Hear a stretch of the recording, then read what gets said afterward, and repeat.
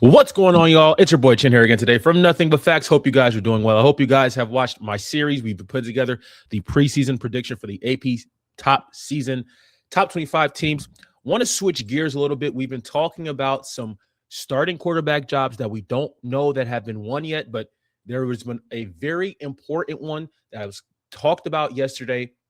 Keelon Russell is now named the starter week 1 for Alabama as they take on East Carolina. One of the most, I would say, like one of the most anticipated quarterback QB1s battles that we've had in some time, and it really came down to the very end.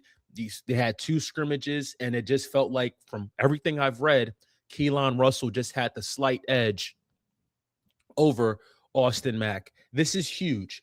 Keelon Russell is arguably, if not the greatest in terms of rankings and recruiting and whatever the case may be. He's the highest rated recruit in the history of Alabama football. And he won the job, and he's now the starter. And I like this interview with Kalen DeBoer that he had, just talking about how this whole thing went out. You can go watch it you can go read it on Bama 247. He talked about it, and there was something that I really liked that he said. He said, hey, look, we gave both guys a chance. It wasn't anything about, Austin Mack losing it and this, that, and the third. Both of these guys handled this position battle with class. They handled it the right way. Coach Grubb talked about it. Coach Ellis talked about it. Their quarterbacks coach, Kalen DeBoer, talked about it. These guys both have done this quarterback battle the right way. They are not enemies. They're not whatever whatever the case may be. These guys are 2 ballers, 2 great teammates that really wanted both of them to win now, but it is what it is. There's something that needs to be said, too, about Austin Mack, I think, in this situation. He has done it the right way, and I'm not too sure what the future is going to be with him, whether or not they're going to keep him on the roster, whether or not he's going to transfer in the off season. Whatever decision Austin Mack makes, he has done it the right way. This guy followed Kalen DeBoer over from Washington, was recruited by Keelon DeBoer in California, graduated high school early, got to Washington, was the backup behind Michael Penix, transferred to Alabama, was the backup behind Jalen Milroe, backup behind Ty Simpson, backup now against, behind Keelon Russell. But I think this is going to be a story that I think in the next 2 years, this guy is going to be a big-time starter for a Power 5 program. I don't know where he'll go, but presumably, just the way that quarterback room for Alabama is, you got guys like JT Tamala, you still have Keelon Russell, Trent Seaborn, from what I'm reading, he's going to be a beast. He's a guy that's in the high school ranks for Alabama, big-time recruit. So, it is something to be said. This is something I took away from this interview. Again, I don't want to take anything away from Keelon Russell because he did a great job of winning this job.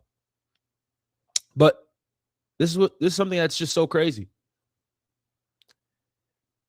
Message to Austin Mack that I expect him to continue to be elite in how he approaches everything. His car was if not the first. Let me read that again. His car was, if not the first, one of the first here the next day. It's just who he is. He's an extremely hard worker. The guy's a phenomenal quarterback. To me, he didn't lose anything. He didn't fail in any way. We had a really good quarterback in Keelon, and we just had to pick one to win the job. I've been saying this. I was wrong. I said I think it was Austin Mack's jobs to lose, this, that, and the third.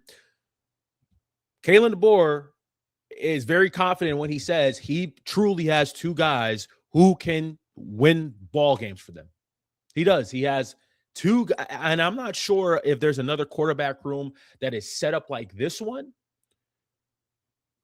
He has 2 guys that can win. He can win with. I'm confident he can win with both of these guys. And when you look in throughout college football, you look at all the different quarterback rooms. Whether you want to throw in Georgia, whether you want to throw in Ohio State, whether you want to throw in Notre Dame, Texas A&M, Michigan, USC, Oregon, whatever the case may be. I'd say Oregon, similarly with Dylan Raiola being the backup, but this is the most complete quarterback room in the country.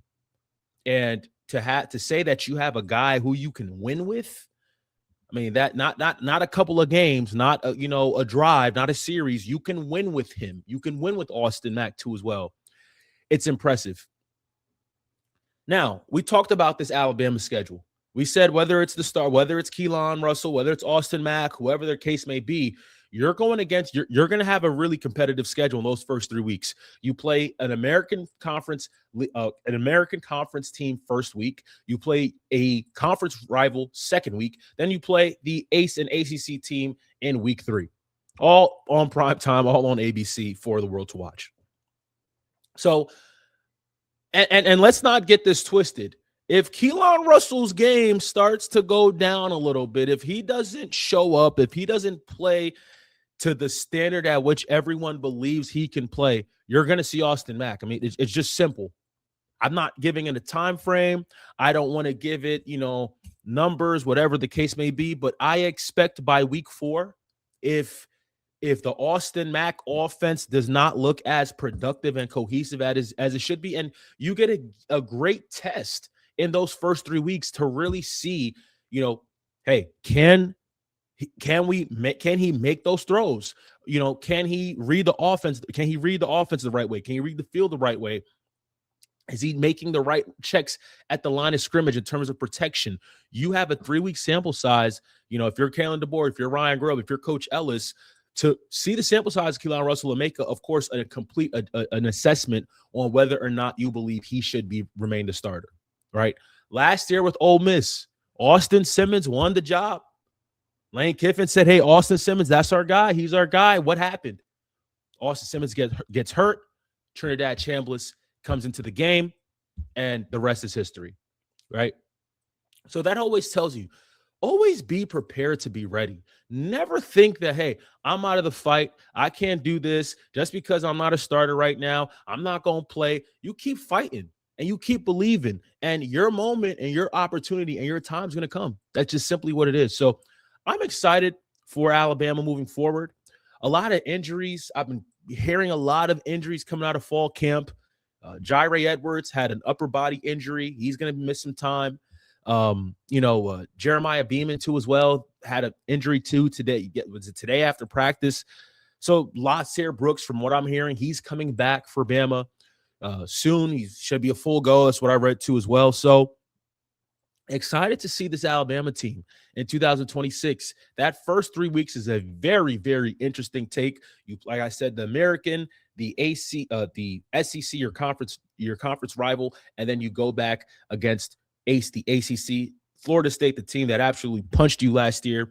But hey, we'll see what happens. But as for now, Keelon Russell, the highest rated recruit in the history of Alabama football, he is now the starting quarterback, QB1 for the University of Alabama. We'll see what happens. Keep liking, keep commenting, keep sharing. Love you guys. God bless. Peace.